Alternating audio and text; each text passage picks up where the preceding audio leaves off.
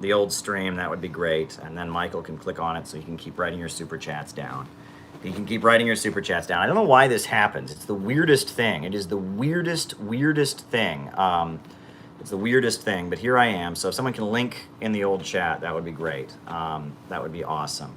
But yeah, it's the weirdest thing. You know, my YouTube app on my phone just like disappears, and then here we are. So anyway, as I was saying, and be sure to hit the like button and the subscribe button and the notifications bell again. As I was saying,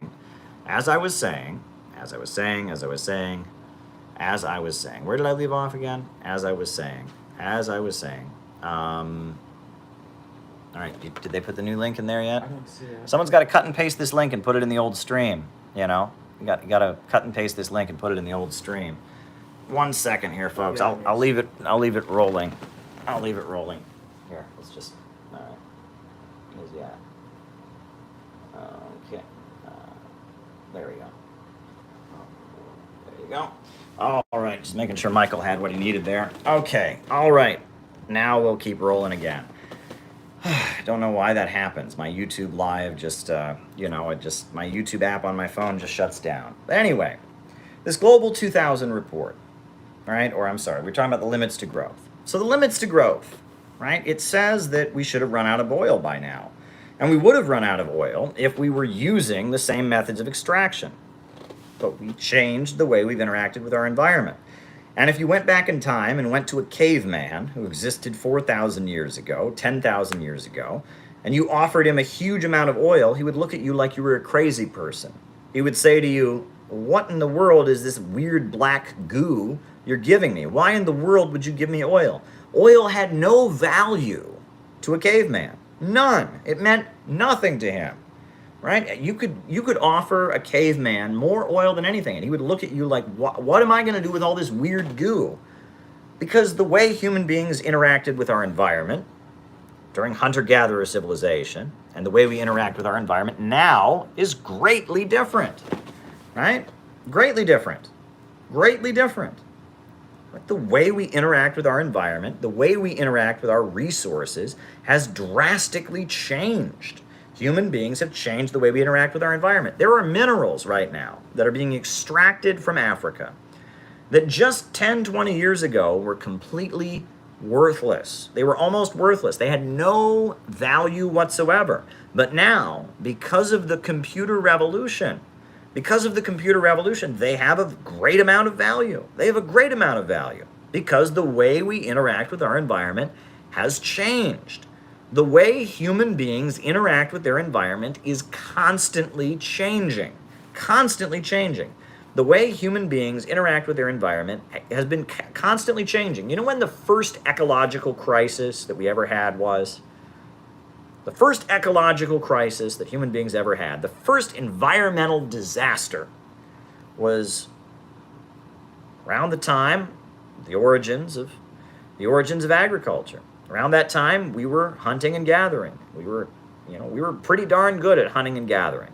And we were killing animals with sticks and rocks, and we were paying attention to patterns in plant growth, and we were hunting and gathering, and pretty soon we were hunting and gathering so well that there was a scarcity. There was a scarcity of fruits and nuts to gather. There was also a scarcity of animals and herds to kill. And as a result of that, what did we do? I guess we all just had to degrow, right? We had to start consuming less, right? And start having less children. Of course not. That's not how we responded to that crisis. No. The way we responded to the first ecological crisis was inventing agriculture. That's the way we responded to it. We started domesticating animals. We started growing crops. We changed the way we interacted with our environment. We moved to a more advanced mode of production and solved the ecological crisis. The way human beings solve problems is by moving forward, not by moving backward. When there is an ecological crisis, like there is right now, the answer is to move forward, not to move backward. And that's what we need to do right now. We need to move forward beyond fossil fuels. China knows this. Russia knows this. Iran knows this. Venezuela and Cuba and Vietnam, Nicaragua, they know this. But the imperialists do not know this. Greta Thunberg does not know this. They do not know this. They say, oh no, the problems that we're having in the world today, climate change, malnutrition, all of that means we've gone too far. We've gone too far. Backwards, backwards. Roll back the wheels of history. Take it back, folks. Take it back. Gotta move backward. Everyone's got to have less. We have to reduce human consumption. We have to reduce the population. We have to degrow. And it's so interesting. Who are the main targets of this degrowth? They tend to be people in the developing world. Joe Biden, when he was running for president, he wrote an article, America Must Lead Again, for Foreign Affairs magazine. And in it, he specifically said that China must be stopped from building power plants in developing countries. You know, those parts of Africa where people don't have electricity, people don't have running water. China's got to be stopped from going to Africa and building power plants. Got to be stopped. Got to be stopped. You got to stop China.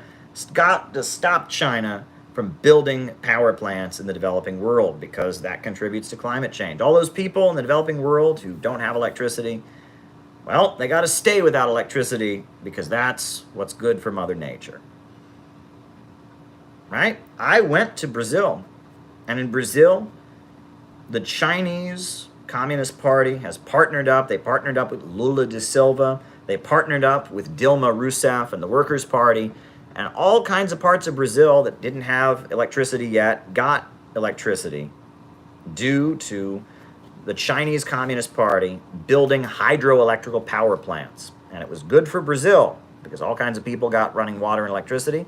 And on top of that, it was good for China because as a result, you know, many people in Brazil were able to, you know, purchase more products. Many people in Brazil had their living standards go up. Many people in Brazil could start their own businesses that could then trade with Chinese businesses.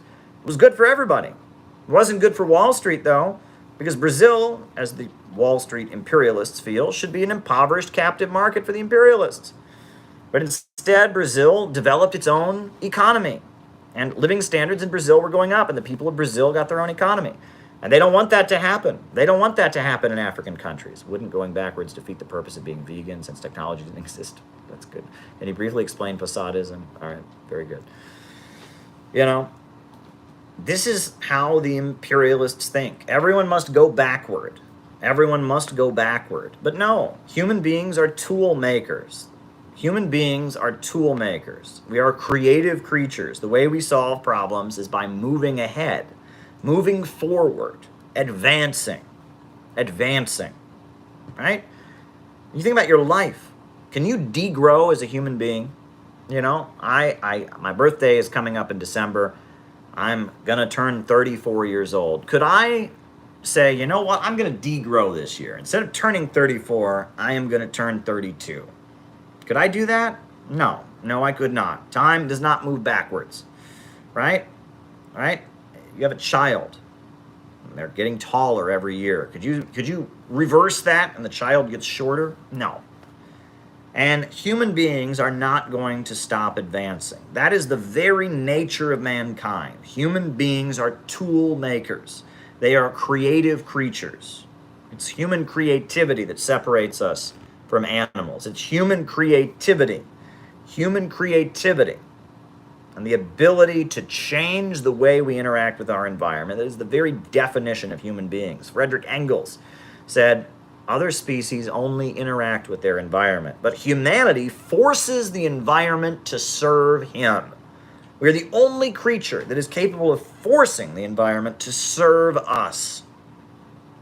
That is the very nature of human beings. Human beings have something special. I do not believe that human beings are just another animal. And you know why I don't believe that? Because the ant farms, ants have been building those ant farms the same way for thousands of years. Furthermore, beavers have been building those beaver dams the same way for thousands of years. Ethical and effective war on drugs. But in just about 6,000 years, human beings have gone from hunter-gatherer civilization to space travel and iPhones. And that is something very, very special. There's that painting in the Sistine Chapel. You ever see that? It's very famous, painting in the Sistine Chapel. And it has God reaching out to man, right? It looks almost like E.T., right? You have the two fingers going together, right? Looks almost like Steven Spielberg and E.T. Phone Home or whatever.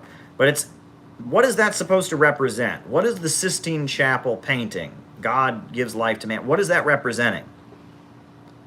That hand of God going to the hand of man is supposed to represent the spark of creativity, the human soul being placed into the human species. That is what it is supposed to represent. It is supposed to represent human beings being endowed with creative ability. That's what it is supposed to represent. The ability to create. The ability to change the way we operate. This is something no other species is capable of doing. We're being told over and over again that human beings are just another animal. Human beings are a cancer on Mother Earth. Human beings are an insect. Well, this is all a lie. Human beings are something very, very special, and we've overcome so much. We've come so far. But yet, we continue to face the irrationality of production organized for profit. We must get beyond capitalism, where the Bolsheviks financed by Wall Street tycoons. I see. All right. And we can get beyond. We can get beyond the capitalist system. We can get beyond all of this. We can get beyond a system of production organized for profit. We can get to a rationally organized economy. But the degrowth cult, the idea that we need to reduce the human population, reduce the living standards, this is dangerous. And it's not new. Degrowthism is not new by any means. This is as old as Robert Malthus. It's as old as John D. Rockefeller. It's as old as the Club of Rome. It's as old as Jimmy Carter. Nothing new about this. What's new is that this is being pandered about, being bandied about as if it's Marxism. And it is not. It is not. And folks, I'll just say it. Why not? Who is one of the main promoters of the degrowth cult? Who is one of the main promoters of the degrowth cult?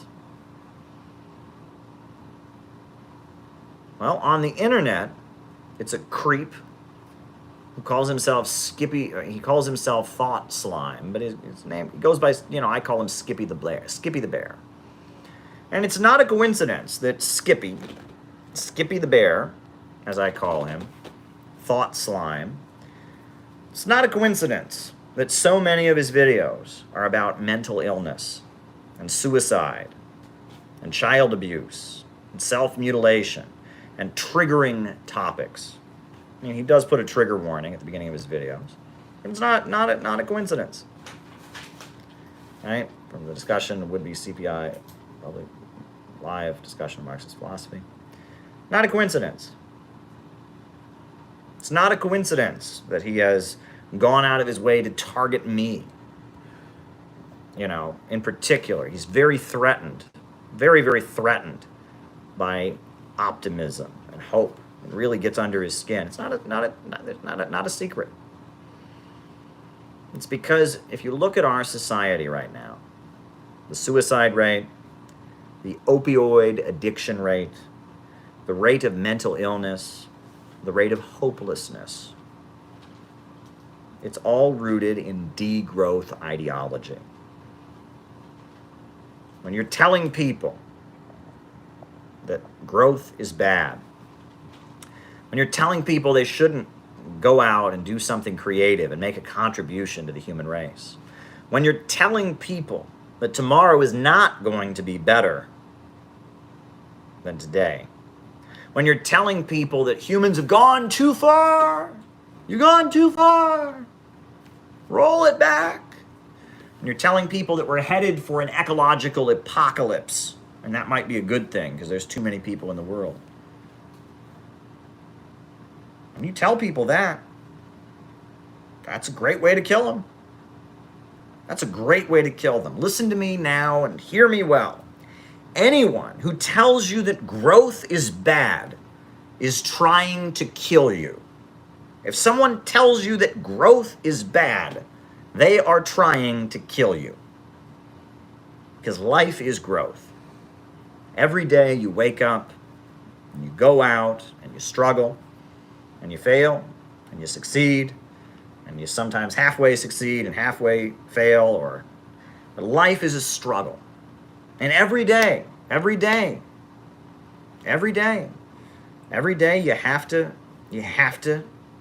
figure out how to go out and grow, how to go out and make new connections, make new friends, make new family, how to go out and meet new people, how to go out and have new experiences. Life is growth. Life is growth. Life is growth. If you stopped growing, if your body stopped reproducing new cells, you would die. The reason you are alive is because your body continues to grow and continues to reproduce. Life is growth. The name for growth is life, and the life for growth, the name for growth, life is growth. Life is growth. So whenever you put out, when it's widely put out in all specters, the fake left, the far right, they're all putting out this notion that growth is bad. Growth is not bad. The human race does not need to end. Capitalism needs to end. The irrational rule of profits needs to end. The billionaire monopolist bankers that run the world, the imperialists, they need to end. But growth can continue. And in fact, without the irrational capitalist system, growth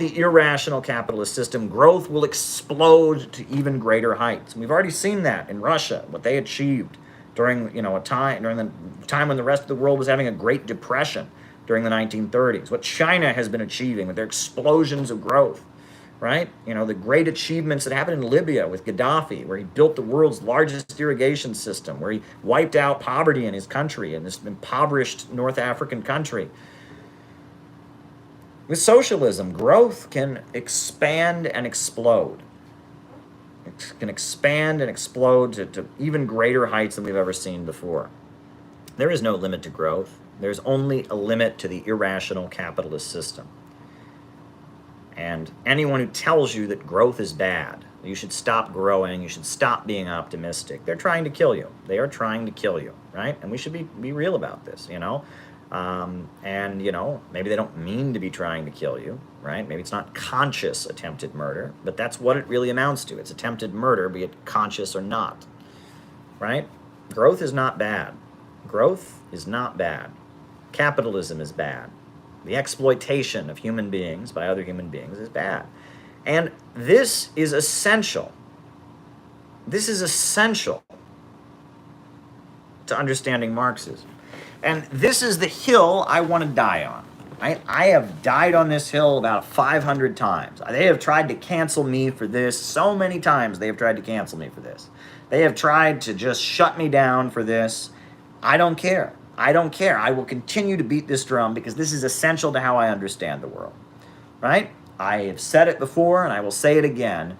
Abolish billionaires is not a Marxist statement. It is contradictory to Marxism. Abolish capitalism? Yes. Abolish exploitation? Yes. but abolish billionaires? Tell me, how are you going to have a society with so much wealth and so much abundance that the state fades away, that all inequality fades away, that all scarcity fades away, where people work because they feel like working, not because they have to? How are you going to have a society with that much wealth, but everyone's poorer than billionaires are in this age? How are you going to get to full communism, a stateless, classless world, a world with so much abundance and so much wealth and prosperity, but not have more wealth than Jeff Bezos has in the year of 2021? It's not possible. The basis of communism is vast material abundance. It is vast material abundance. The only way you can break down inequality and get rid of the need of the state is with vast material abundance. We are not against wealth. We are not against production. We are not against human productivity. We are against exploitation. We are against the irrational capitalist system that holds back the productivity of human wealth and creativity. We don't support Jeff Bezos. We don't support billionaires under this system. But saying abolish billionaires, capping human prosperity at a certain level, no, that's not consistent with Marxism. That's not consistent with Marxism. Communism, the ideal world, the stateless, classless world, requires everyone to be far wealthier than a billionaire is in our time. If you want to have so much wealth that the state fades away, that people only have to work because they feel like it, so much wealth that there's no inequality, I'm sorry, you can't be going around saying abolish billionaires. And working people, maybe they don't have the consciousness at this point to have the ideology the way I just spelled it out. Working people want their lives to get better. Right? Working people want a better country. They want a better society. And when socialism stops being about trying to make a better society and make a better world, but instead becomes about tearing other people down to make it equal, becomes a fit of negativity and resentment, it becomes very off-putting. Folks, I am not a socialist because I want to destroy America. I'm a socialist because I want to save America. I want to save America from the irrationality of the capitalist system, from the horrors of imperialist war, from the problems of poverty. If you truly love your country, if you're truly patriotic, not a nationalist, not a national chauvinist, but just somebody who wants a better life for the people in your homeland, you should be a socialist. There's no contradiction between socialism and patriotism, and there's no contradiction between patriotism and internationalism. If you're truly a proletarian internationalist, right? If you're truly a proletarian internationalist, that means you want all the working people of the world to have a better life. And if that is what you want, that doesn't exclude the working people of the United States. It's not internationalism if you say, I want all the working people of the world to have better off except the workers of the United States. It doesn't work that way, right? In order to truly be an internationalist, you have to want not just what's best for all the other countries, but also for your country. And to be truly patriotic means that you want your country to get along with all the other countries and to operate with them in a sustainable, friendly, win-win relationship. In order to be a patriot, you cannot be a national chauvinist. You cannot be a bigot. And in order to be an internationalist, you cannot be unpatriotic. There is no contradiction. There is no contradiction between patriotism and internationalism. Socialism is about making the country a better place. It is about organizing the economy rationally. It's about dismantling the system of capitalism and production organized for profit, dismantling the global monopoly imperialist system, reorganizing the economy to serve public good and not profits, eradicating racism, eradicating the prison industrial complex, eradicating the military industrial complex, eradicating poverty and drug addiction, building new infrastructure, building new highways, full employment, central planning, organizing of the economy, a new education system, health care for all, jobs for all, education for all. Nothing more patriotic than that. Nothing more patriotic than that. We are the city-building tendency in human history. That's what we are. We are the city-building tendency. We are the human beings that have always sought to push forward our species with creativity and boldness. That's who we are.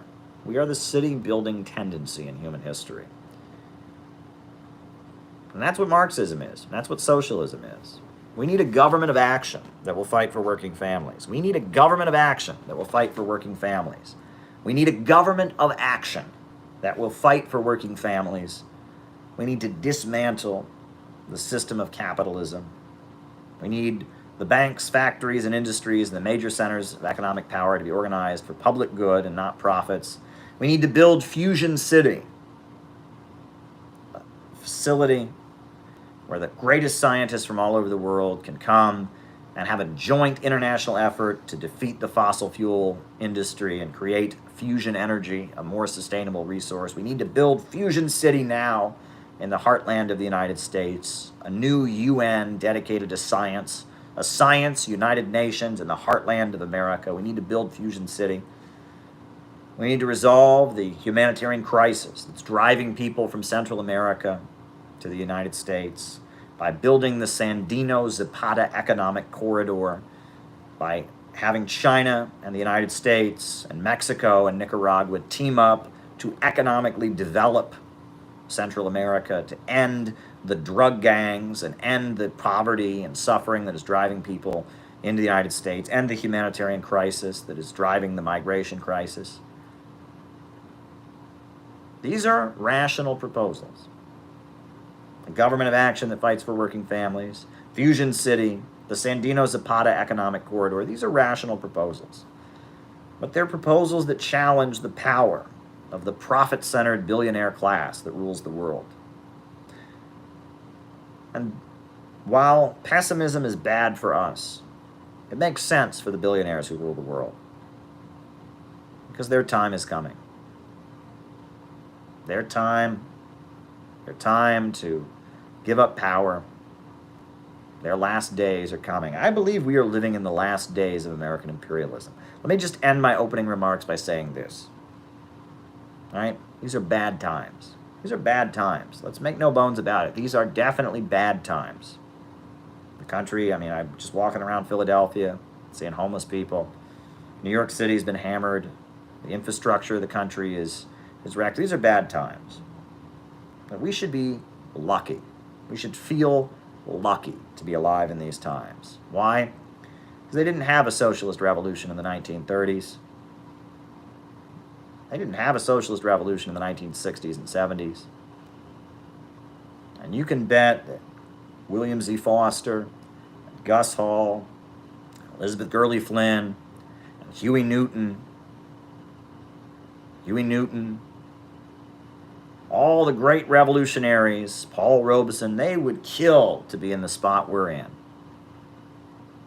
Because we are going to see the revolution. Right? These are the last days of American imperialism. Opinions on immigration policies. These are the last days of American imperialism.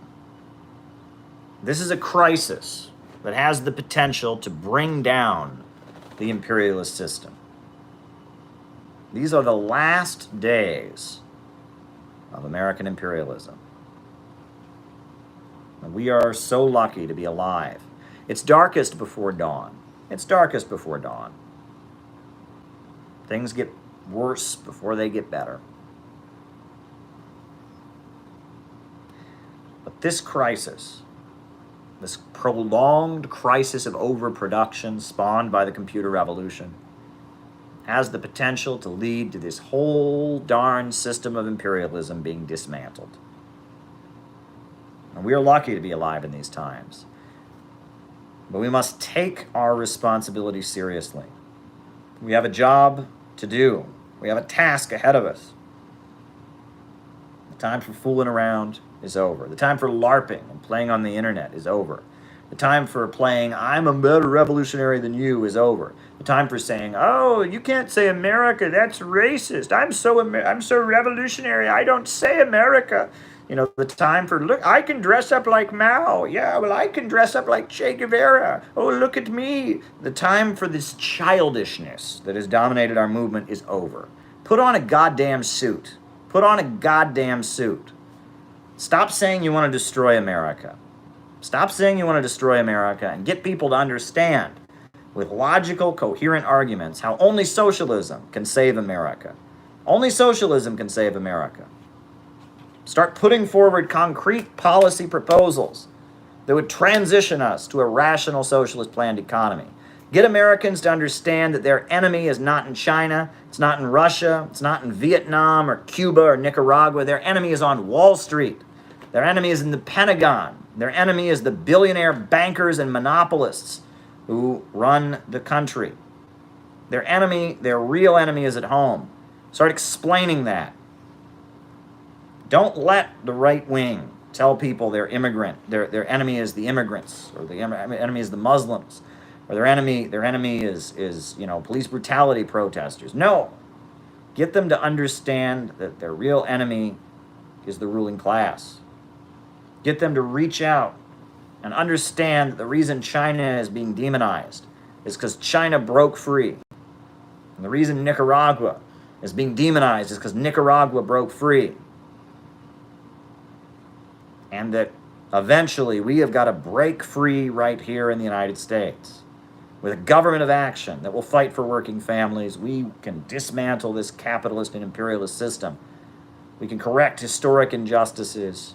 We can build a whole new society. That is what needs to be done.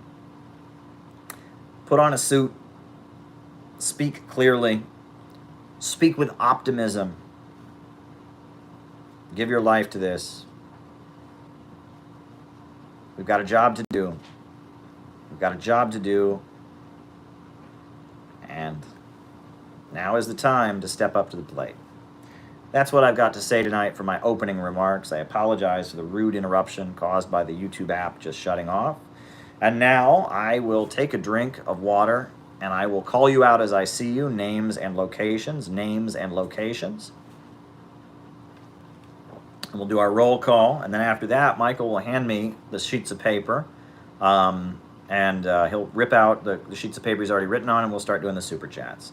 College Park, Maryland. Tamara and Dario from Brooklyn. Ryan in Oakland. JT24, Mississippi. Cleveland Pirate Alex. LA. Emma, Ontario, Canada. Kendall in San Diego. Bendigo, Australia. Christian in North New Jersey. Kieran from San Diego. Jeff in LA. Steve in Southwest Michigan. Phoenix. Treasure Coast, Florida. Illinois. Char Darling, Parasocialite, Io Hillary in New York, shout out to you. Ricky Rosso, here from Texas. St. David's, Bermuda, New Hampshire. James from Pennsylvania, San Jose. Tony, Tasmania. Jeff, Grand Canyon, Arizona. Deborah in Napa County. Joe Gale, good friend of the program in East Rockaway, New York. Clyde Bank, James Graham. Jenny in Cincinnati, Ohio. Dallas, Texas. Longwarn. Jem from the Moon. Milos from Poland, Toronto, Canada, Chris in Detroit, Vancouver, Canada, Mindanao to the Midwest. Mindanao is an island in the Philippines.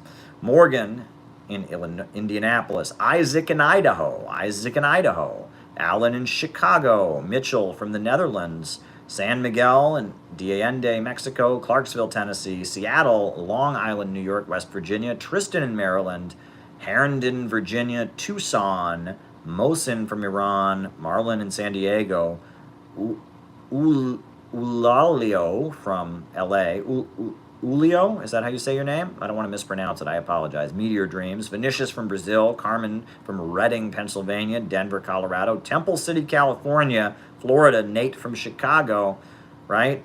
KCMO, there you go, Carl in Seattle, Robert Webb from Hawaii, Char Darling, New York, USA, at the CPUSA headquarters. Green Maoist from Escondido. Where is Escondido, California? Very good. Arturo from Anchorage, Alaska. Leipzig, East Germany. Zhao from SH. Where's SH? Is that Shanghai? Natalie, good friend of the program from Maryland. Fresno, Carlos Pena, very good. Central West Virginia. No Loza from Glendale, California. Mo from Toronto. Detroit, Michigan. Argentina, Buenos Aires. Viva Peron. Tampa, Florida. Herb Boyd, good friend of the program. Herb is a great friend. AJ from Leland, North Carolina. Canada, I don't know where Canada is. St. George, Utah. We Worldwide. There you go. Australia. Oz Whistles. Alrighty. All right, Michael, if you can rip out the sheets of paper that are so far, and if more come in, if you can just write them down. And we are going to go through these super chats. Let's all give a round of applause to Michael for his diligent work writing your super chats down. He's written them down on this sheet of paper, and I am going to read them. And if you have more, Michael will just write those down, and he'll be handing them to me as we go through them here. So thank you, Michael. Thank you, Michael. Everyone's very appreciative in the chat. They're applauding for you, Michael. All right. Very good. Very, very good. Michael wrote down our super chats, and now I will start reading them. So the first super chat was, Harpel Brar is such a great interview. I agree. Watch the interview I did this morning with Harpel Brar. Great stuff. You know, he's a great guy. Just amazing person. And anyone who has been beating the drum of anti-imperialism and socialism for as long as he has, giving books, you know, I mean, wow. You know, and we don't agree on everything. That's fine. I'm not going to argue with him. He has the right. It was such an honor to be able to sit down with Harpel Brar, the great Harpel Brar. Oh, there was a super chat that just went by there? Was there a super chat there? There was one a while ago. Oh, okay. All right. But it was about cheesesteaks. Oh, okay. We'll write it down. All right. You know, and yeah, it was just really, really an honor to sit down with him. What do you think of Harpel Brar's critique of market socialism in China? Well, you know, it's an interesting way of putting it, right? And I mean, Harpel Brar, when he talks about the achievements of the Soviet Union, he's absolutely right about that. And when he points out that in a lot of ways the market has gotten out of control in China in the past, and that's led to, you know, slowdowns and crises, which is what, you know, the central planning is supposed to overcome. There's another one, was the Nigerian government Bonapartist? You know, advice for what suits to buy. Jeez. You know, there you go. I mean, they're interesting points. Look, I have a very positive view of China, and I tend to think that we need a market sector. We don't need the market to be dominant. We need state-run industries. We need central planning. But having a market sector for things like hotels and restaurants and, you know, tech firms, and, you know, I tend to think that's not a problem. You know, maybe it's better if they're cooperatives, you know, rather than just straight up private enterprises. But, you know, I tend to lean toward thinking that what China has done is more positive, right? We don't have the same view. But I have such admiration and respect for him. Such admiration and respect for Harpel Brar, you know, that I'm not gonna argue with him. I'm gonna respect him, and I'm gonna let him, you know, let him say his piece. And that interview, we went all over the place. We talked about the Labor Party and Jeremy Corbyn. We talked about Trotskyism. We talked about degrowth. I mean, what do you think the U.S. plans for Puerto Rico independence? You know, we talked about, oh my gosh, we talked about so much stuff. It was a dynamic, wide-ranging conversation. If you haven't watched it, go check it out. Also, I want to give a shout out. I know Char Darling is watching, and I think Ricky is also watching. They're both in the video. I did. Why is Canada not a model for left policy in the USA? They're both in the video that I did of the March for Medicare. So go check out that video. It's a great video. The March for Medicare. I went to the March for Medicare. The John Brown volunteers are there. You're going to be hearing a lot from them this week. We got some planned social media stuff. Sorry it's taking so long. I can only do so much in a day. I've suddenly become very busy, but it's good. It's productive busy, right? You know, the John Brown volunteers and you know, and Lily and Keaton and you know, and Joey and you know, and Char and Ricky and others, you know, they were in this video. It was a great event, this March for Medicare that I went to. So if you haven't watched the video yet, go back and watch that video as well. The Harpel Brar interview is great, and so is that video. How do you prove Marxism is absolute truth? That's interesting. Well, Marxism is an ideology. It's an ideology, okay? And so I don't think it claims to be absolute truth, right? Absolute truth is like objective reality, right? Marxism is a narrative. It is a historical narrative, right? It's an understanding. It's an analysis. It's an ideology, right? It's not empirical truth. It is an ideology. It is an assessment of facts, right? It's looking at various facts and saying, oh, this is the trend in which they're going. This is why they're happening. It's historical materialism. And I'm the first to admit I am not a full-blown dialectical materialist. I'm not. I do believe in God. I do believe in the power of ideas, right? I don't necessarily straight up believe that matter is all that exists, right? I do accept some spiritual realities. I do largely accept the dialectic and the idea that change comes through contradiction, etc.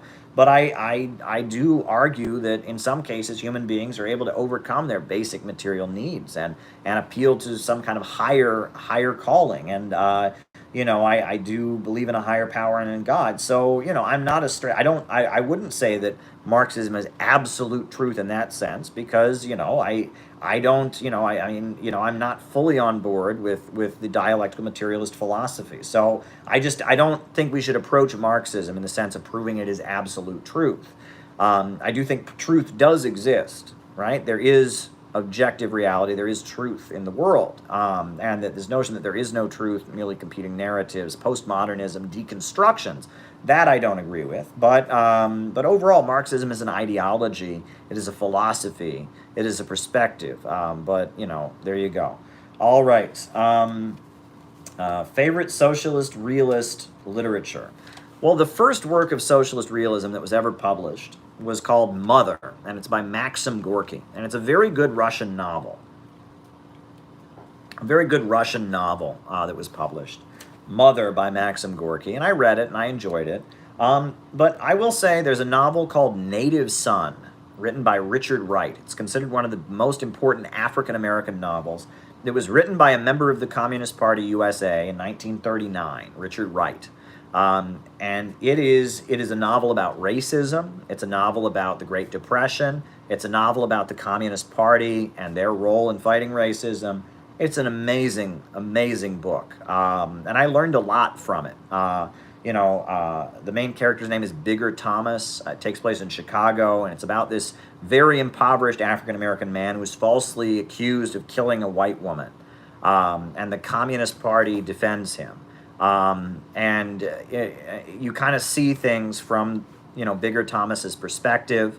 And it's really a very good work. And unfortunately, Richard Wright eventually turned against the Communist Party. But that novel that he wrote, which was a work of socialist realism, Native Son, is a very good piece. I mean, there's some really important stuff in there. It was written in the lead up to World War II. And the main character, Bigger Thomas, he's in a movie theater at one point. And he sees, he sees a newsreel of Hitler. And it kind of gives you the perspective of how, an oppressed African-American person might feel about Hitler, how there might be confusion. Hitler was a fascist and a racist and a white supremacist, but he was, there was this weird kind of enemy of my enemy is my friend. It's weird. You have to read Native Son by Richard Wright. It's a very, very important book. And if you're interested in the black liberation struggle in the United States, you're interested in the African-American experience, you're interested in the Communist Party, and not just the good things about the Communist Party. You also see some of the negative ways, some of the way the communist organizers are a little bit condescending in the way they talk to him. It's a very, very good book. I would recommend Native Son. Another good work of Marxist socialist realism is The Grapes of Wrath by John Steinbeck. It's blatantly Marxist at one point. It compares Karl Marx and Vladimir Lenin to Thomas Jefferson and Abraham Lincoln. It's blatantly Marxist at one point. The heroes are the Reds, the labor organizers. John Steinbeck was never a member of the Communist Party, but he voted for the Communist Party. He would distribute the Communist Party newspaper. He eventually became right-wing later. But, that book, The Grapes of Wrath, is an American classic. And it's also, it has Marxist economic economics all through it. And the way it's written, the movie doesn't do it justice because it's written, there's a chapter in The Grapes of Wrath that'll be like the story, and then it'll have a chapter that's kind of an essay that's making kind of a Marxist point. And then it'll have a chapter that's the story, and then has another chapter that's making a point. It's about the Great Depression and low-income white people in Oklahoma who lose their farm and go to California, and it's very poetic and beautiful, and it explains Marxist economics. So I would recommend that. So there you go. I think I gave you 3 novels: Maxim Gorky's Mother, Native Son by Richard Wright, and Is That Why It's Taught Terribly in U.S. Public Schools? Write it down. Yeah. And The Grapes of Wrath. So there you go.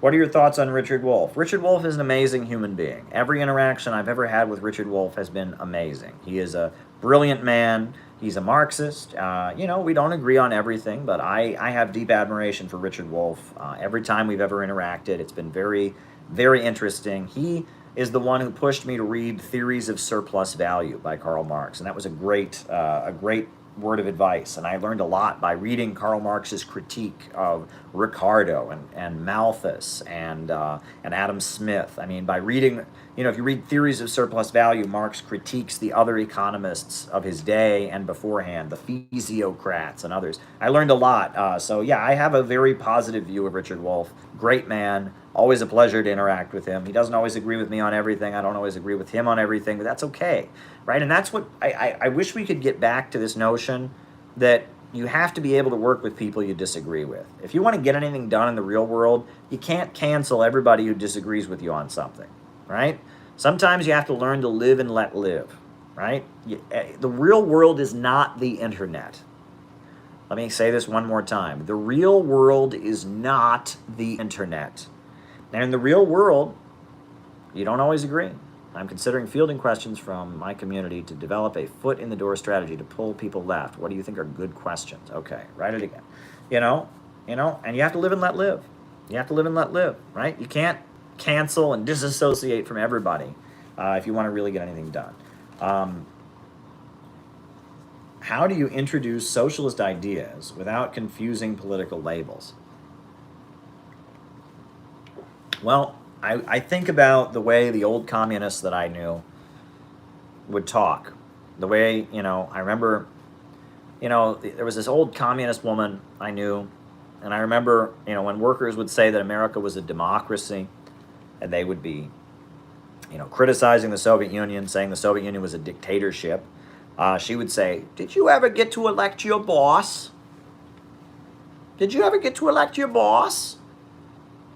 Right? That's a way to introduce it, right? Right? People say it's a democracy. Did you ever get to elect your boss? Right? It's that was how communists used to organize. Right? Did you ever get to elect your boss? Right? They would ask leading questions. Right? Why are so many people unemployed? The streets are falling apart, and they'd say, there's mass unemployment and the streets are falling apart. Well, that's funny. Why don't they just hire the people to fix the streets?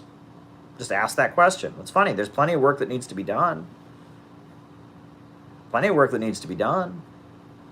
But yet people are unemployed. Why is that? Oh, because you only get hired if a capitalist can make profits from your labor, right? It's through real life examples.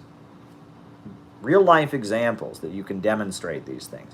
Learn those Marxist concepts, the theory of surplus value, right?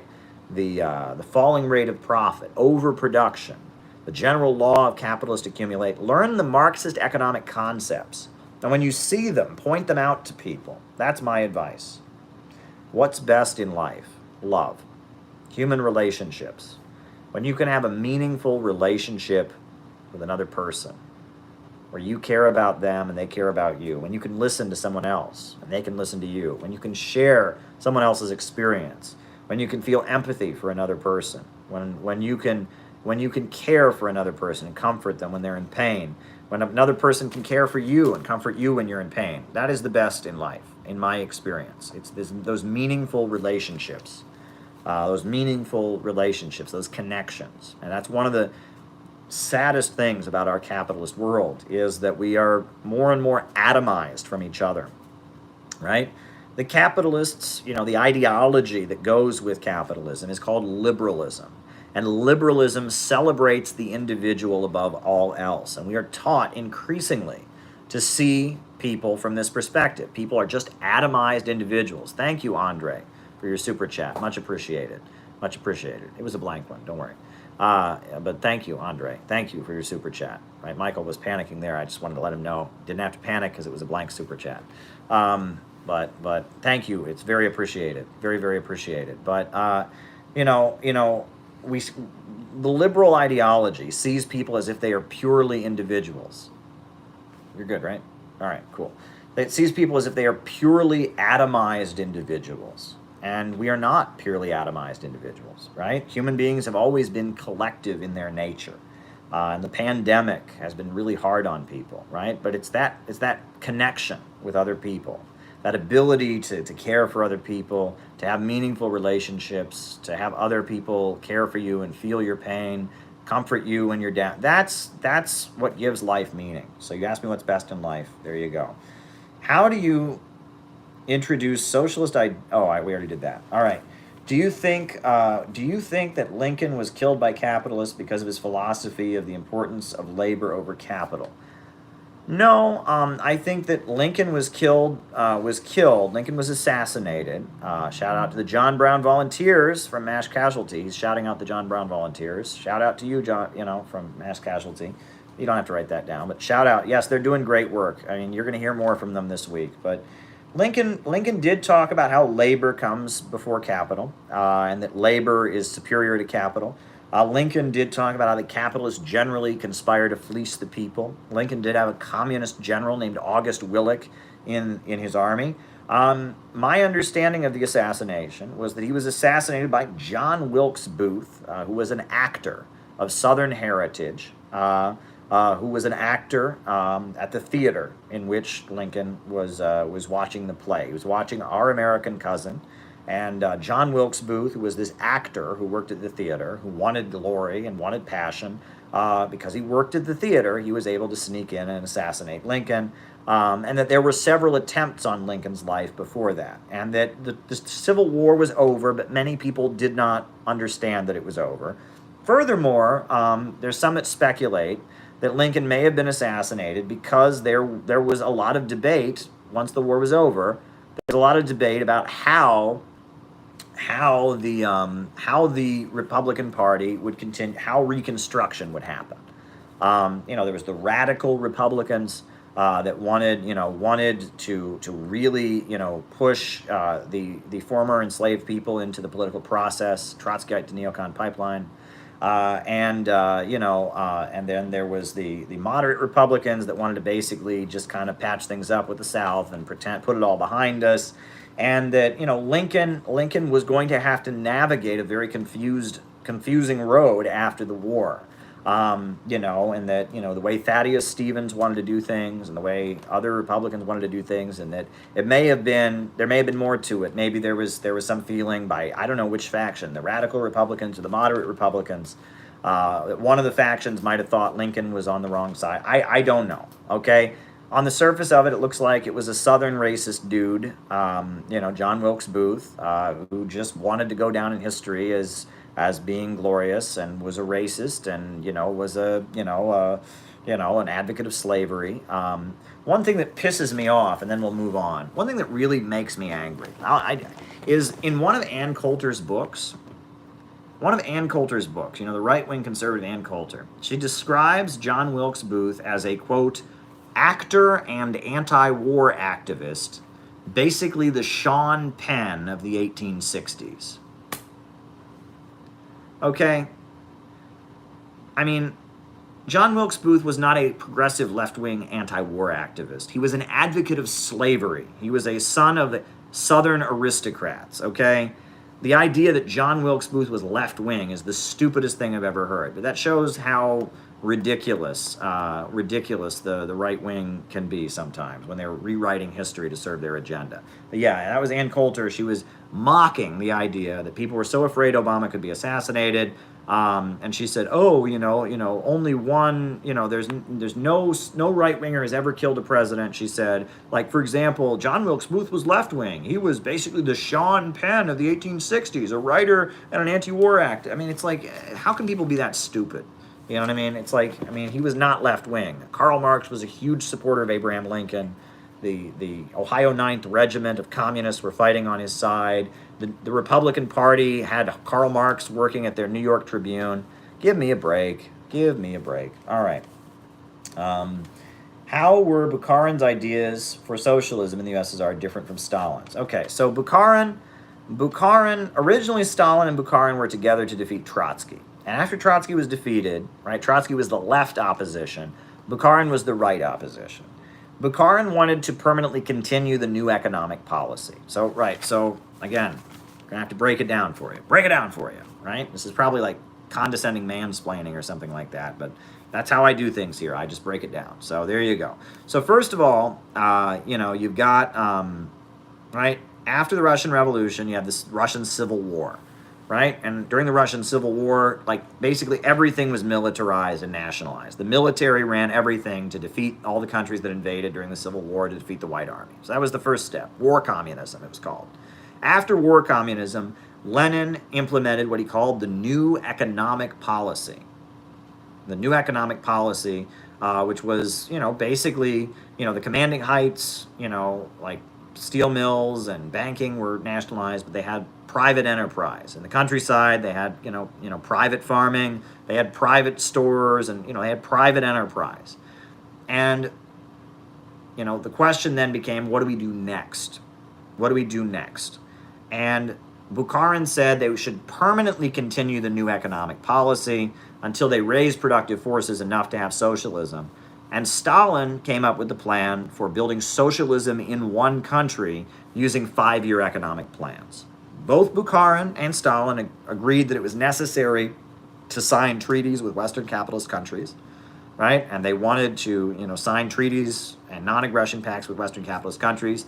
Both of them agreed it was necessary to import technicians and engineers and have contracts with General Electric and Ford Motor Company, etc., to help build up Soviet industries.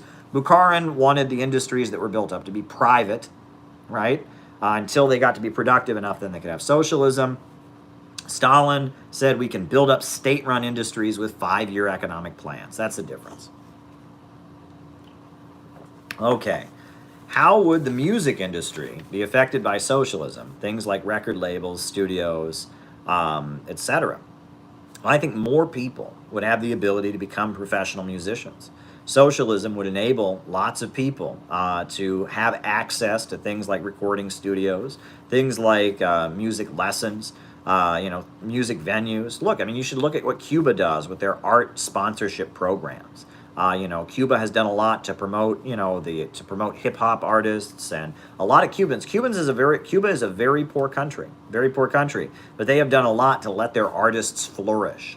You can read about this in the book Cuba Looks to the Year 2000 by Mark Frank and others. So I think it would flourish. I think more people would be able to become musicians and professional musicians with socialism.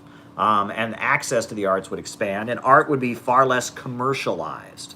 Would you agree that American conservatism, Turning Point USA, really could be more accurately described as liberalism? Okay, very good. What do you think of Richard Wolff's view of socialism? Has any place, benefits? I don't want to get into that. I told you I really admire Richard Wolff. He's a great guy. Our ideas are different. I've learned a lot from him. So I don't want to get into a polemic here, right? And this is, again, I urge people to stop this, all right? There's a lot of this. This reminds me of high school, honestly. It reminds me of high school, right? There's a lot of like, did you hear what so-and-so said? What do you think of it, right? So then I say something. And then people run back, oh my God, did you hear what so-and-so, what Caleb said about so-and-so? Don't do this, okay? Right? Richard Wolff's a great guy. We agree on a lot. We don't agree on everything. He has his views and his approach. I have mine. I work with him. It's always been an honor to sit down and interact with him. That's all I want to say about it. Why has Russia's GDP growth been mostly flat in the 21st century? All right. Is colonialism completely separate concept from imperialism? Yes. Leninist concept of imperialism is monopoly capitalism. It is capitalism in its monopoly stage, the export of capital. Colonialism is a country taking over another country. Okay? Colonialism, any country can engage in colonialism. If one country takes over another country, expands its territory, that's colonialism.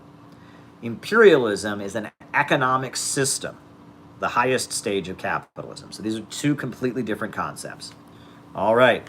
Wouldn't going backwards defeat the purpose of being vegan since the technology didn't exist to mass produce plant-based food?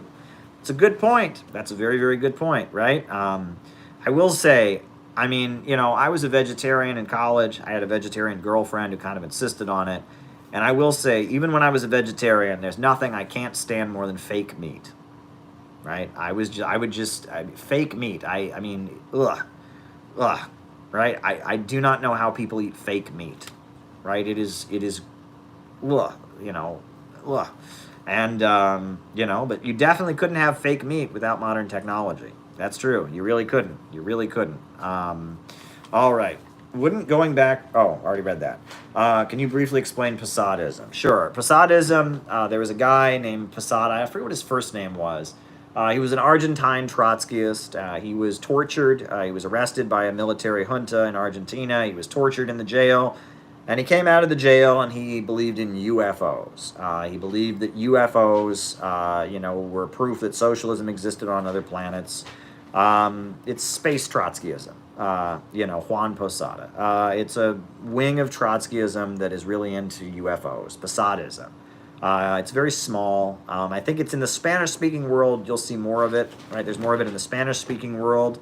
You know, I generally break Trotskyism into three categories. You have neo-Trotskyites that hate every socialist country and are really a wing of the academic New Left. That's, you know, the ISO, the IST, the International Socialist Tendency. They call them neo-Trots, Shachtmanites, followers of Tony Cliff. Then you have what I call mainline Trotskyists. And those are Trotskyists that tend to be obsessed with labor unions, and they kind of support socialist countries, but not really. They think they're deformed worker states. They don't really support them, but they're obsessed with labor unions and labor parties, socialist alternative in the United States, the International Marxist Tendency, IMT in the UK, Alan Woods, you know, the old SWP, the Socialist Workers' Party, until the 80s when they became Pathfinder Tendency. Before that, the Fourth International, Ernst Mandel. This is mainline Trotskyism. They tend to like Cuba, but not any other socialist country. Mainline Trotskyism. That's that. And then you have this third category of Trotskyism, which I call orthodox Trotskyism, ortho-Trotskyism. And those are Trotskyites that are nut jobs. I don't know how to put it any other way. They want to legalize pedophilia, the Spartacist League, end fascist age of consent laws. You know, maybe Vosh ought to join them. You know, Jabba the Vosh, I think he might. You know, he already hates all the socialist countries, so he'd be a good Trotskyite, and he's got the whole, you know, child porn computer thing. Ortho-Trots. You know, and Posadism, you know, people who argue World War II is still going on. That's an orthodox Trotskyist position. Trotsky said World War II can only end with socialist revolution, so therefore World War II must still be happening, right? My friend Michael is laughing and nodding his head because they argue this, right? And, you know, the Posadism is a wing of orthodox Trotskyism. It's lunatic fringe Trotskyism, right? I think all Trotskyism is bad. Trotskyism is counter-revolution. Trotskyism is not real Marxism. But yeah, ortho-Trotskyism is fringe, crazy. Mainline Trotskyism is a wing of social democracy. Third camp Trotskyism is pro-imperialist CIA fake socialism. But it's all bad. I'm against Trotskyism. But there you go. Posadism is a form of orthodox Trotskyism, primarily in the Spanish-speaking world. I understand at one point they went to Cuba and they were doing some stuff at Cuba, and Fidel kicked them out of Cuba because they were doing weird stuff like attacking foreign embassies and stuff, trying to provoke World War III. They think World War III was necessary to have socialism in order to make the aliens come or something. It was crazy, right? I mean, this is just lunatic fringe stuff, right? So there you go. Can there be an ethical and effective war on drugs? Well, the first thing Best books from tankies to understand Trotskyism. Okay, there it is. Yeah. Can there be an ethical and effective war on drugs? Yes. The first thing that's needed to fight drug addiction, the very first thing that is needed is compassion. Right? If you don't have compassion for people that have become addicts, if you don't have compassion for them, if you don't see them as people, if you dehumanize them, you'll never be able to help them. The first component is you need to get rid of the tough love. The tough love approach to drug dealers and all of that, the drug users, does not work. Does not work, right? You're not going to cure people of being drug addicts by punishing them, by degrading them, by making them hate themselves, by subjecting them to traumatic experiences like going to prison. You're not going to help people get over their addiction by doing that. And in fact, in a lot of cases, drug addiction is people who already hate themselves, already have been traumatized, already are in deep pain, and they turn to drugs to try and cure their pain. So the first thing of any rational drug policy is you need to replace the punitive, vengeful approach with a compassionate and loving approach. That's the first thing that must be done. The second thing that must be done, is there needs to be treatment. And there needs to be effective treatment, right? And there needs to be resources available. And there need to be jobs people can get. There need to be economic opportunities. And that's the next thing that needs to be done. And the third thing is that ultimately you need to get rid of the big sources, right? American intelligence is tied in with all kinds of drug gangs all over the world. And don't pretend they aren't, right? Don't pretend they aren't, right?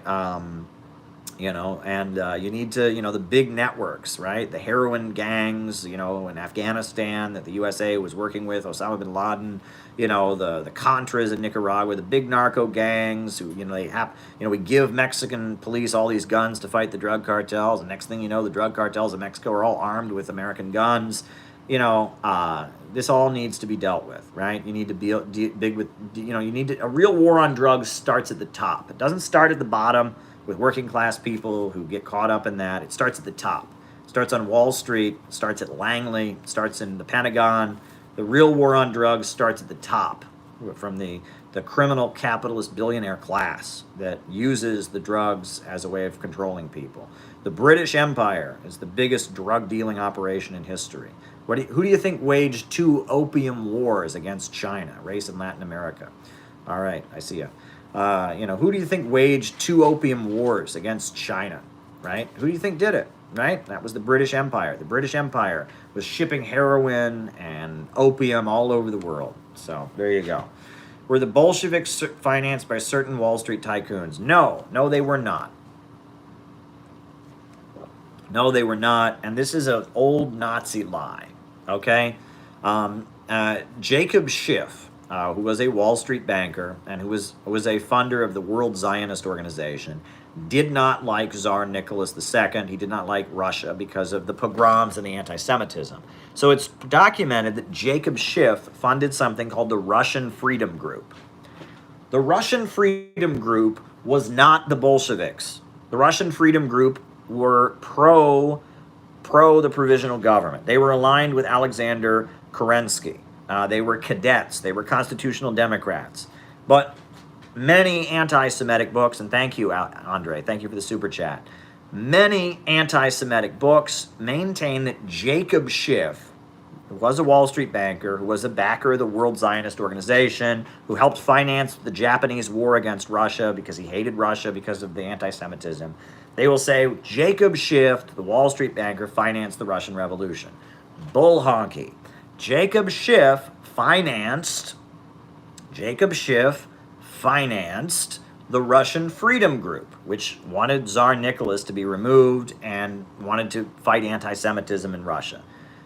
And after the Bolsheviks took over, after the Bolsheviks were leading Jacob Schiff and the World Zionist Organization, they didn't give them money. They were actively trying to get Jews to flee from Russia. They were actively trying to get Russian Jews to leave Russia and go to Palestine, to the settlements. So and later, after Jacob Schiff died, he died in like the early 20s, I believe. After Jacob Schiff died, After Jacob Schiff died, the Jacob Schiff Center, which was a big synagogue in the Bronx that was paid for by his estate, was very anti-communist, right? Many Jews in New York City during the 1930s were sympathetic to communism or social democracy. However, the Jacob Schiff Center, paid for by Jacob Schiff's estate, was anti-communist. So this is a lie. This is a big lie, right? And, did Trotsky live in New York City at the time of the Russian Revolution? Yes. Trotsky wasn't a Bolshevik then. Trotsky didn't even join the Bolsheviks until he went back to Russia in July.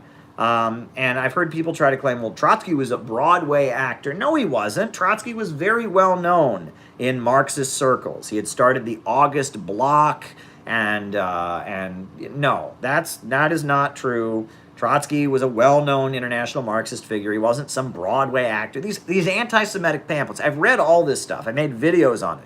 It's bull honky, okay? It's malarkey.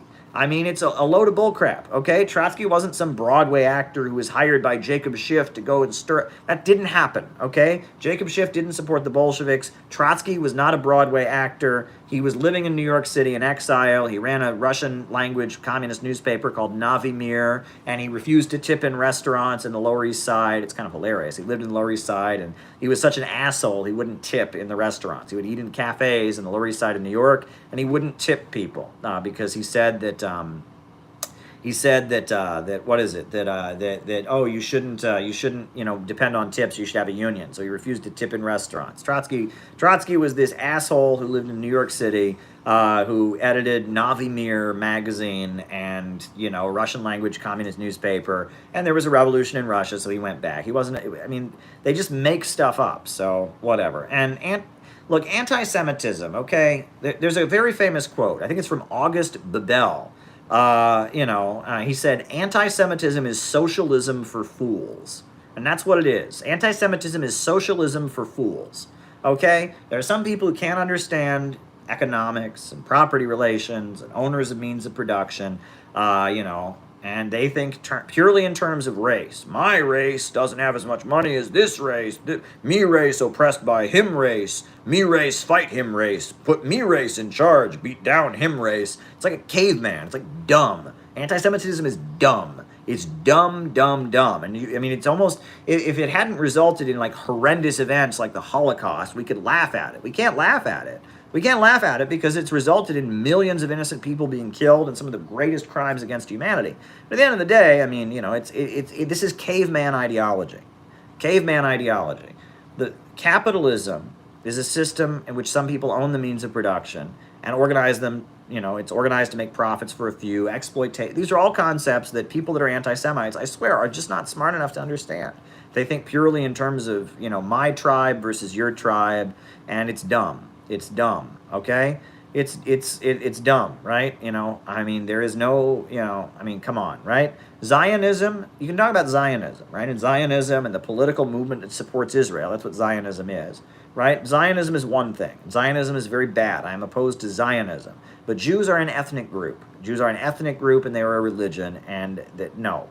And if you start talking this way, and I would say the same thing if you said this about Islam. And there's a lot of people who say this about Islam. Oh, Islam is no. If you start blaming the world's problems on ethnic groups and religions, you are a barbarian. Okay? The world's problems are not caused by some ethnic group, and they're not caused by some religion. And if you start talking that way, you are not a civilized human being. This is the 21st century. We don't think that way. In the 21st century, we don't go around saying the problem is that race over there, that ethnic group over there, that, religious group over there. We don't think that way in the 21st century. We left that behind us, right? We left that behind us. We don't think that way. We think scientifically, right? We think politically.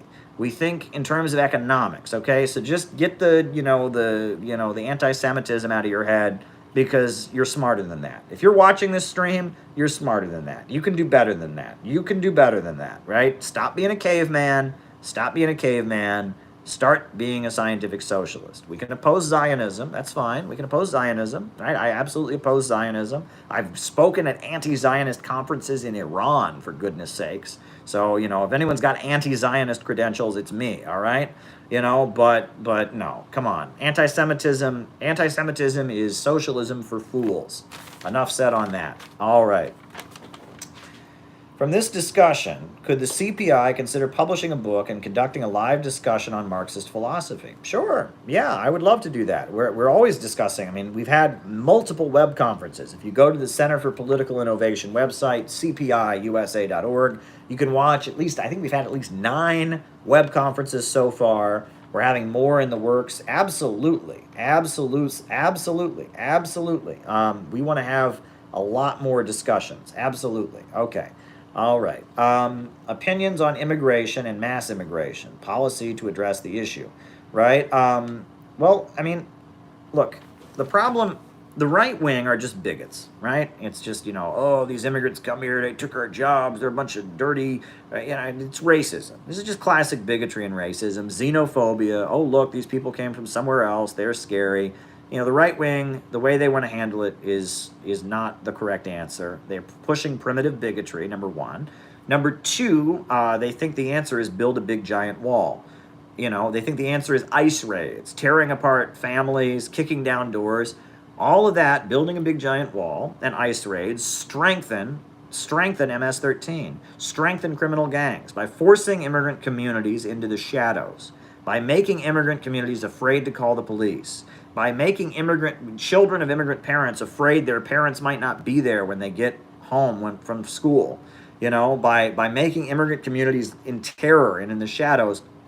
All the things that they blame on immigration are going to get worse, right? You say that, oh, immigrant labor is driving wages down. Well, make the immigrant community terrified to go on strike for better wages.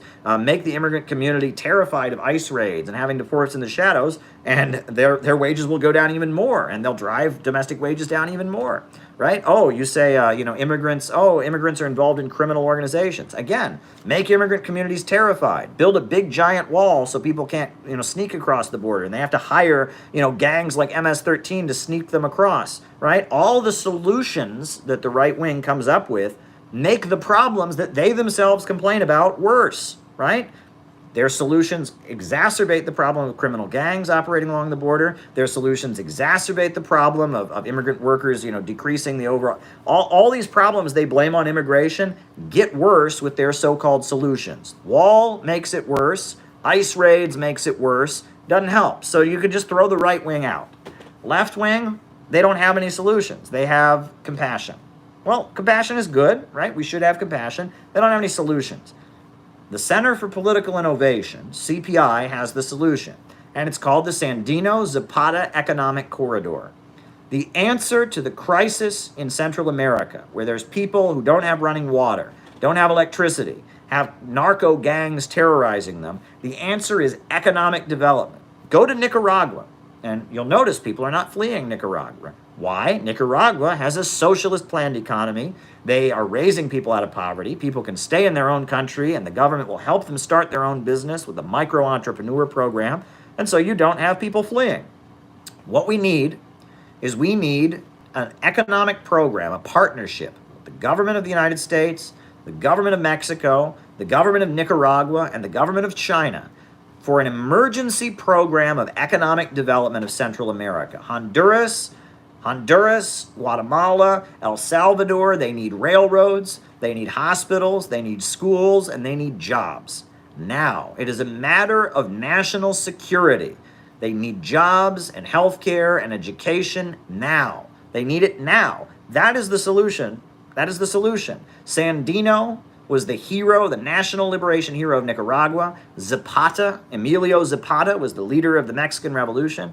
We need an economic corridor, providing jobs to American workers in the Southwest, jobs to Mexican workers in Mexico, jobs in Honduras, jobs in Guatemala, jobs in Belize, jobs in El Salvador, jobs in Nicaragua.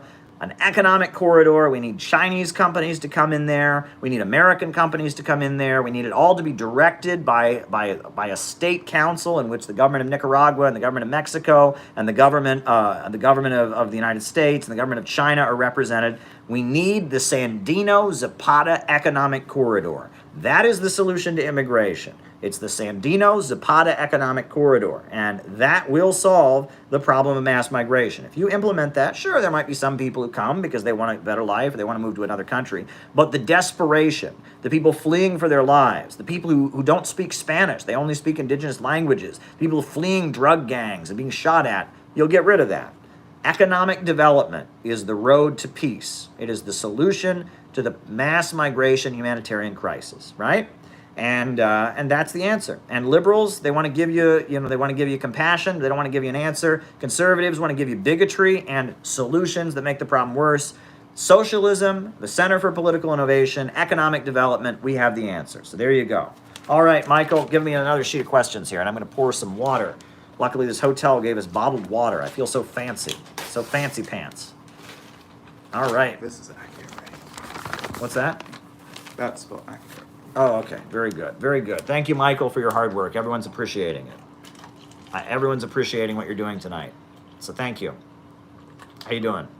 Oh, Michael's doing great. Everyone, be sure to thank Michael. If you know Michael, be sure to give him a thumbs up next time you see him.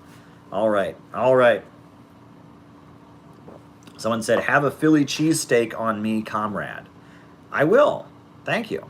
Right? Thank you. I love Philly cheesesteak sandwiches. I usually have mayo on my Philly cheesesteaks, right? I mayo and ketchup along with the cheese, right? That's not, and the onions, right? I think cheese and onions are generally what's on a Philly cheesesteak. I always add mayo and ketchup to my Philly cheesesteaks. Without them, I find them a little bland. I'll just be honest. No offense to any Philly person, but if you don't put mayo and ketchup on your Philly cheesesteak, it's still, there's not enough there, there's not enough there.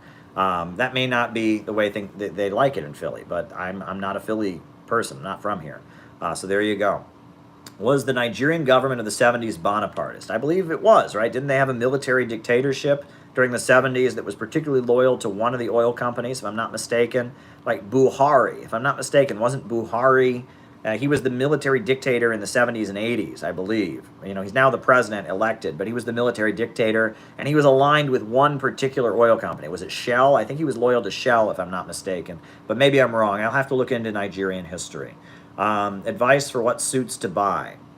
I don't know. A lot of people, I will tell you, New York City, it's kind of a bummer. But in other parts of the country, you can go to thrift shops, and you can buy nice fancy suits for nothing, right? You don't have that in New York, right? In New York, you're gonna have to go to the Burlington Coat Factory or what do you call it?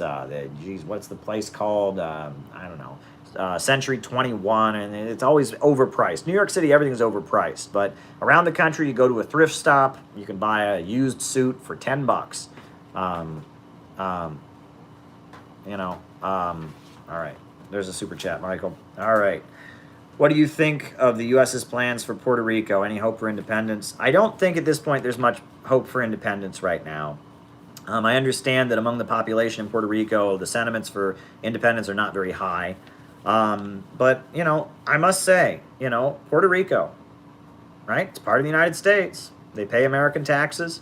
They get no votes in who becomes president. They get no seats in Congress. How in the world is that democratic? How in the world is that democratic? Do you think, for a minute, imagine that Venezuela had a big territory, and Venezuela said, you know what, this area, we're going to have elections. They don't get to vote. We're going to have a parliament or a national assembly in Venezuela. They get no seats in it. And we're a democracy. Do you think the USA would let them get away with that? Or how about in Russia? Imagine that there was a republic or a territory in the Russian Federation, and they got no votes and no seats in the government. Do you think the USA would let them get away with that? But no, Puerto Rico is part of the United States, pays U.S. taxes, no votes in Congress, no votes in national presidential elections. Same for Guam, same for American Samoa, same for the Virgin Islands, the U.S. Virgin Islands. But it's America, right? It's the USA, so it has to be democratic, right? Political definition of reaction. Why is Canada not a model for left policy in the USA? Because Canada's not a socialist country, right? I mean, Canada, it has a bigger welfare state than the United States, not by much. I mean, they have, a Medicare for all system. They have single-payer insurance. They don't even have national health care like Britain. They don't have a fully nationalized health care system. They have a state insurance plan. You know, the unions are a little bit stronger, but that's not socialism. That's a welfare state, right? Socialism is when the economy is organized to serve public good and not profits, right? And I mean, Canada, look, I mean, they have a lot of, you know, they're a different country, a different history, but, you know, look at the mass graves they're digging up, you know, near the Native American schools. You know, I mean, they have a lot of the same problems we have with racism historically, with the legacy of white settler colonialism. You know, like I said, their unions are a bit stronger. They're not as rugged individualist as we are. Opinions on Hamiltonianism, Jeffersonianism. They're not as rugged individualistic as we are, but it's still, you know, it's still a capitalist country, still Western capitalism. Is that why U.S. public schools taught Grapes of Wrath so badly? Yeah. I mean, if you don't understand Marxism, you really can't understand Grapes of Wrath. I mean, you know, there's a beautiful section, you know, where it's the who do I shoot section, where they're going to bulldoze the farmer's house, and he's got his gun, and he's going to shoot the guy who's going to bulldoze his house, and he says, don't shoot me, shoot somebody else. He says, should I shoot the bank? Shoot, you know, who do I shoot? Who can you shoot? The problem is systemic. There's stuff explaining overproduction. I mean, you learn that the book is explaining like basic kind of social democratic Marxian economics. And if you don't know what that is, you know, you can't really teach the Grapes of Wrath, right? You know, it's about poverty amid plenty. You know, the Grapes of Wrath is very much, you have to understand Marxist economics to really understand what it's teaching. And if you can't explain it, you know, to the kids what it really means, you know, that's why it's taught so poorly. I'm considering fielding questions from my community to develop a foot-in-the-door strategy to pull people left. What do you think are good questions? I don't know. I mean, you know, geez, I don't even know. I don't even know where to begin with that. You know, I don't even know. I have no answer to that. I just, you know, I'll have to think about that. We answered, you know, how to engage with people. So there you go. I'm gonna table that one for now. Hopefully in the future I'll get back to you on that. Alrighty. All right. Is there one that went by here? Did one go by? No, we're good. All right, cool. The Trotskyite to neocon pipeline. All right, so it goes back to Max Shachtman. What fiction books do you think people should read? It goes back to Max Shachtman. Okay, so Max Shachtman, he was a follower of Trotsky. He was a founder of the Communist Party, later a founder of American Trotskyism. And Max Shachtman, in 1939, when the USSR signed a non-aggression pact with the Nazis, Max Shachtman disagreed with Trotsky. Trotsky said that this showed that the Soviet Union, was a deformed workers' state. Shachtman said that this showed that the Soviet Union was not a workers' state at all. It was state capitalism or bureaucratic collectivism. And there was a group in New York City. It was the New York City Trotskyites, the New York intellectuals, they were called. There's actually a very good book on this history by Alan M. Wald. You can read The New York Intellectuals by Alan M. Wald. And it was a group of academics, college professors, intellectuals in New York City who broke with Leon Trotsky over the question of was the USSR still socialist in 1939. James Burnham, Max Shachtman, and Martin Aburn. They were like the gang leaders of it. And Trotsky wrote a book against them called The Struggle for a Proletarian Party. Trotsky wrote a book against them called In Defense of Marxism. Michael's correcting me here. See? It's good. It's In Defense of Marxism. It was James Cannon who wrote The Struggle for a Proletarian Party, right? And both of those books, Trotsky argues that this middle-class grouping of intellectuals who are against the Soviet Union, that they are not consistent with his teachings. That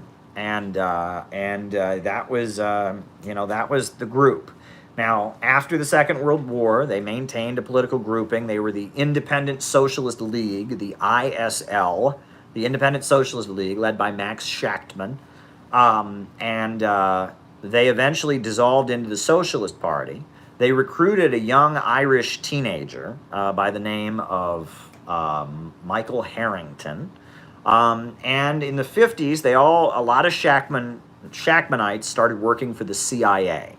Irving Kristol, who was a Shachtmanite, became the director of the CIA's program called the Congress for Cultural Freedom.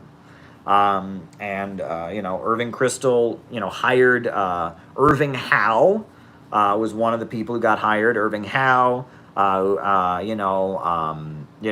Michael Harrington, some others. They all got involved in a covert CIA-backed operation to promote anti-Soviet leftism. Mary McCarthy was involved in it as well.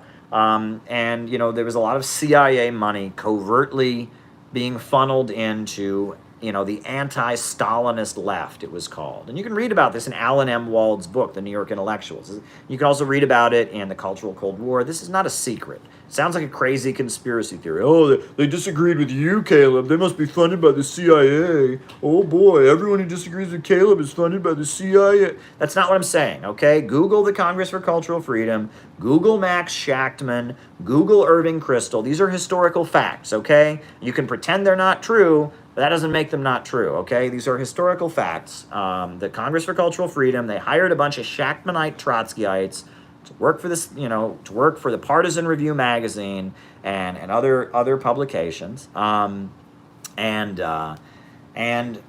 lot of those folks who were the anti-Stalinist left of the 50s, they didn't like the new left. They didn't like the anti-Vietnam War protest movement, so they started moving to the right. And Irving Kristol became kind of an advisor to Richard Nixon and was kind of working out Republican strategy. But on top of that, a lot of them were mentored by a philosophy professor at New School University named Leo Strauss. And Leo Strauss was never a Marxist. Leo Strauss was a right-wing philosopher. He was actually a friend of Carl Schmitt, the Nazi legal scholar. But Leo Strauss was a philosophy professor, and he was at New School for a while. He eventually moved to the University of Chicago. Leo Strauss, basically he had a specific interpretation of philosophy. He wrote a book, which I've read, called Persecution and the Art of Writing.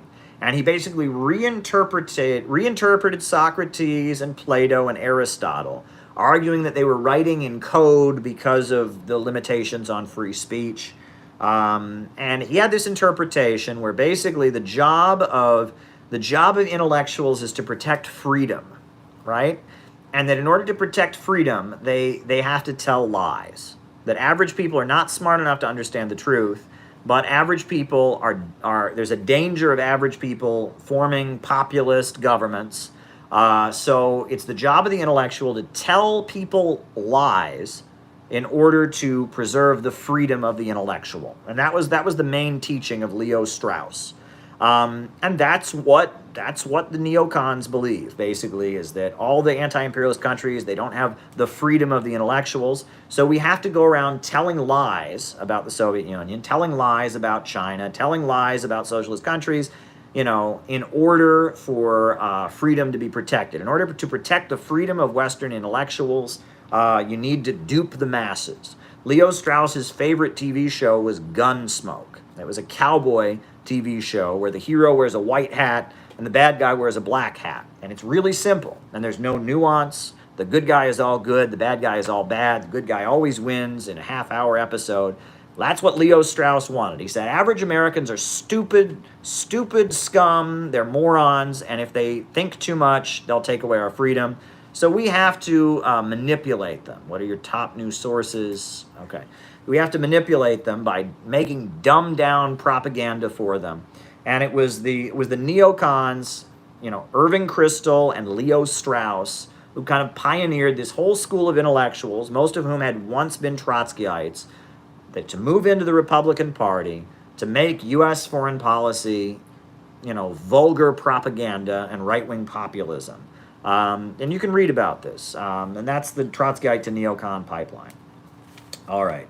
Would you agree that American conservatism, Turning Points USA, etc., could really be more accurately described as liberalism? Well, it's economic liberalism, right? In the United States, the ruling ideology is liberalism. What the people we call liberals or Democrats, they emphasize social liberalism and individualism in terms of family life, personal choices, etc. And, conservatives in the United States, in quotes, conservatives emphasize social or economic liberalism, right? Free markets. But they're both emphasizing liberalism. Liberalism is against collectivism. Liberalism is anti-collectivism. It is the glorification of the individual, the breaking down of collective consciousness above all else. Conservatives break down economic collectivism. Liberals and Democrats break down social collectivism. But at the end of the day, they have the thesis that man is alone, that man is an island. And we maintain that no man is an island. That human beings are inherently collective creatures, and the fate of humanity is tied up. And the pandemic is a great example of that. The health of one is the health of all. Imagine that the government had responded to this pandemic the way Ayn Rand would have proposed and said, oh, you're on your own. You're on your own. Health restrictions, why are we going to do that? What? Extend unemployment, why would we do that? Deal with it yourself. Well, if they had done that, think about how bad things are now. Imagine how bad they would have been if they had done that, right?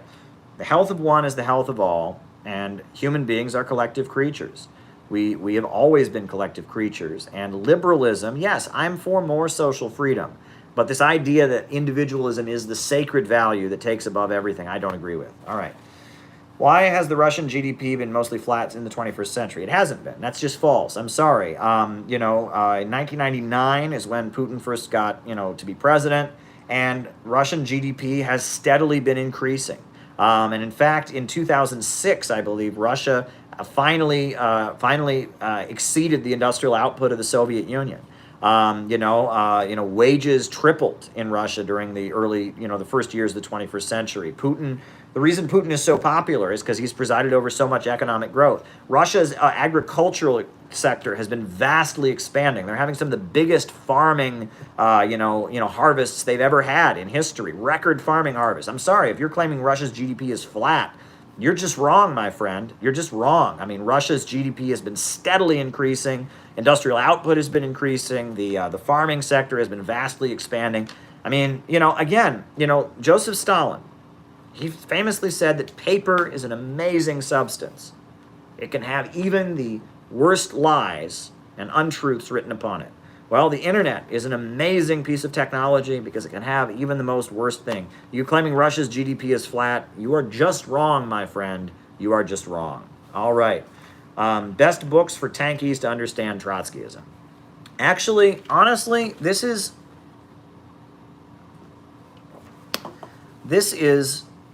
an area where I feel like a lot of tanky literature is lacking. All right. Harpal Brar, he wrote a very good book, Trotskyism or Leninism. But honestly, a lot of anti-Trotsky literature written by tankies is pretty bad, right? It's a little bit over the top. That accuses all Trotskyists of being secret Nazis, and because of that, that's kind of an argument in favor of Trotskyism.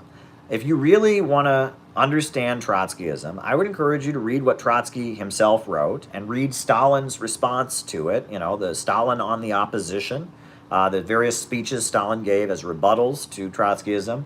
I would encourage you to read the New York Intellectuals and the history of the Trotsky to Neocon pipeline. There are a number of books I would recommend, but yes, there's a lot of, Moishe Olgin, he wrote a book called Trotskyism, Counter-Revolution in Disguise, which is okay, but, I will warn you, a lot of anti-Trotsky books are a little bit over the top. So there you go. Why is race in Latin America classified differently? Well, I think that, in Latin America, here in the United States, we have this one-drop notion, right? One drop of black blood makes you black, right? The one-drop rule. Latin America, it's more like shadeism, right? The people with the most privilege tend to be the lightest skinned, and then you have people that are slightly darker, and then you have full-blown indigenous folks, full-blown African folks, and that it's much more stratified according to race. Whereas here, you're white or you're not, basically. In the United States, you're white or you're not. And that's why I maintain that anyone who goes around talking about white nationalism is an idiot, okay? Because there's nothing that makes white people in the United States the same other than not being black or brown or Asian or Arab, right? All white people in the United States have in common is not being a person of color, right? right? There are white people who are Catholic. There are white people who are Protestant. There are white people who don't speak English. There are white people who speak English. There are white people who live in urban areas. There are white people in rural areas. There are Appalachian whites. There are Southern whites. There are Mormon whites out in white people in the United States. Other than having white privilege, basically, by the fact that we are white and we don't suffer what black and brown people suffer for being black and brown. Other than that, we have absolutely nothing in common. Right? I mean, there's nothing that holds white people together other than our privilege, okay? And that's just, I mean, it must be said, okay? And so there you go. Whereas in Latin America, things are stratified, right? So and that has to do with the history of Spanish colonialism, largely, is what that's related to. In Latin America, the United States developed as a white settler country that had slavery, that had indigenous people, whereas Latin America developed with the history of Spanish colonialism, and those are the Spanish colonial system, which predated the settling of North America. It's very different. Did Zionism play any role in the Neoconservatism pipeline? Okay, and then after that, someone said they're a Celtic American. Okay, good for you. I guess I am too, right? I'm of Irish heritage. French and Irish Protestant, Huguenot, via the Huguenots. Michael's about to, when he finishes writing that down, he's going to hand me the next piece of paper. Hopefully we're done soon, because I'm almost at the end of my rope. You can hear my voice starting to give out. But it's been a great night, folks, and I appreciate it. These are all good questions. Michael's doing a great job, and we're all having fun here. I mean, this is great. I mean, this is, hey, I'm in Philadelphia. Michael's doing great. Yep, good times. I'll pour some more water, but my voice is starting to give out, so we'll keep going until the super chats run out. But I'm probably getting towards the end of my rope, but that's okay. That's okay. That's okay. Jimmy crack corn and I don't care. Jimmy crack corn and I don't care. I don't know. How does that song go? I don't know. I'm just trying to make time. There's a reason I don't sing for a living. Oh, thank you, Michael. All right, cool. What do you think of Putin's total turnabout in support of the white revolution? Russian politics is very complicated right now. There are a lot of different views in Russia. Putin's not a communist. Anyone who thinks that I think Putin's a communist is wrong. I have never once ever said Putin is a communist. Putin is an Orthodox Christian. Putin, was in, the KGB, and that, he says that he admires a lot of things about Russian history, and I'm sure he has a very, very thorough understanding of communism. But at the same time, Putin is not a communist, right? And, there's a lot of people in Russia who, who feel like, the legacy of the czars and the history of the Russian Empire and such, that's something to be proud of, But, there was some of that during the Stalin years, too. I mean, go watch Ivan the Terrible, right? That's a Soviet movie, a Soviet communist movie glorifying the czar, Ivan the Terrible, who unified all of Russia. So, Russia is a country that's been around for thousands of years. Russia is a nation, right? And we understand things in our communist way, but history is not that simple. So, you're criticizing this thing that Putin did. I don't know exactly what you're about. Turnaround in support of... That's a spelling, is what it was. What? The spelling is directly from...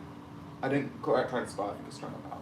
Oh, well, okay. I don't really know what you're referring to, but Russian politics is very complicated. Let me put it that way. All right. What is the political definition of reaction? Okay. Well, reaction is... Okay, so... Right, in politics, you've got, generally the political classifications. When you're not talking about specific ideology, you're just talking about orientation. You have liberals who want some reforms. You have conservatives that want to keep things the way they are. You have radicals that want to, have a whole new system. And then you have reactionaries who want to go backward and turn back the clock. Reactionaries are people who want to move backward. And what's interesting is that during Occupy Wall Street, my pet peeve was people using the word reactionary incorrectly. If you were starting to argue with somebody else, they'd be like, stop being reactionary. No, you mean reactive. Reactive. Reactionary means being ultra right-wing. It means wanting to move backwards, right? If you wanted to outlaw abortion, which has been legal in the United States since 1972, you are a reactionary. You want to move backwards, right? If you want to repeal the labor laws, you're a reactionary. A conservative would want to keep things the way they are. a liberal would want to maybe fix things up a little bit. A radical wants a whole new system. You know, they want to get to the root of it. They want to get a whole new system. And a reactionary is somebody who wants to turn back the clock and bring back the past, right? That's what a reactionary is, right? It's those who glorify the past and want to restore the past, which is a big part of right-wing thought, right? And we talk about Oswald Spengler and classical far-right thinking, right? Spengler, Evola, who is the guy in Germany? Okay, go ahead. The right-wing socialist in Germany. What was his name? There was a right-wing socialist in Germany. I can't remember his name. He was like that too. The military. Ernst Juncker. Is that how you say it? Juncker. Juncker. Oh, Michael knows him. I'm just kidding. No, please. It's fine, Michael. That's good. I don't know the correct pronunciation, but yeah, that's reactionaries. People who want to go backward. All right. No. What fiction books do you think people should read? Well, like I said, I recommend socialist realism. I also recommend the classics, right? The Iliad, right? Charles Dickens. Goodness gracious. What else? Wow. I mean, I would recommend.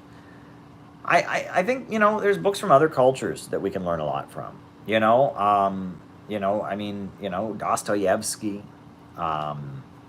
You were talking about fiction specifically, right?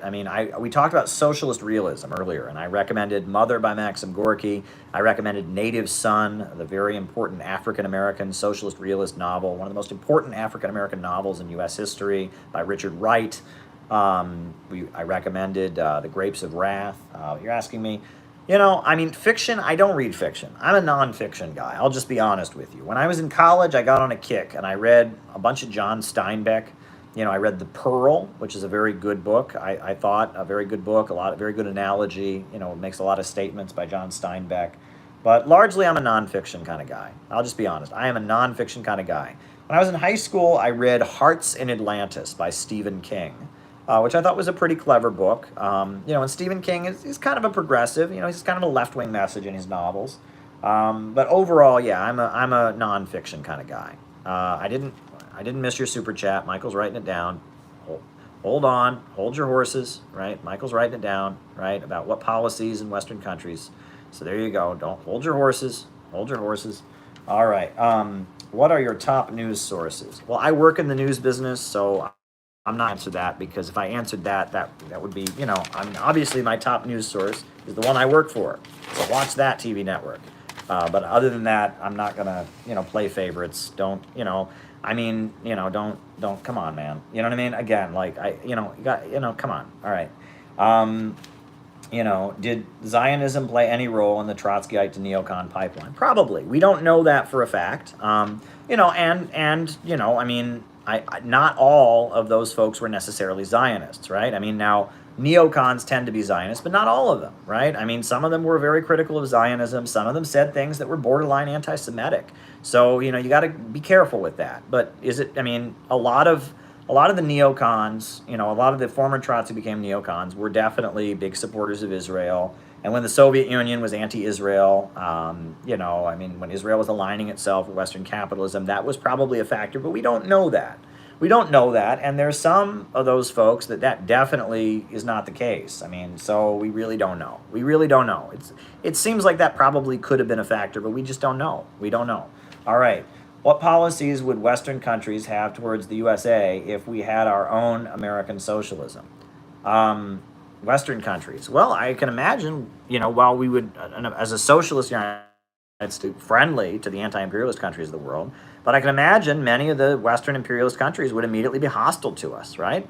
I think, Britain and France and Germany might be hostile to us, right? If people that are now our quote-unquote allies, they're allies of American imperialism, would be hostile to us if we move towards socialism.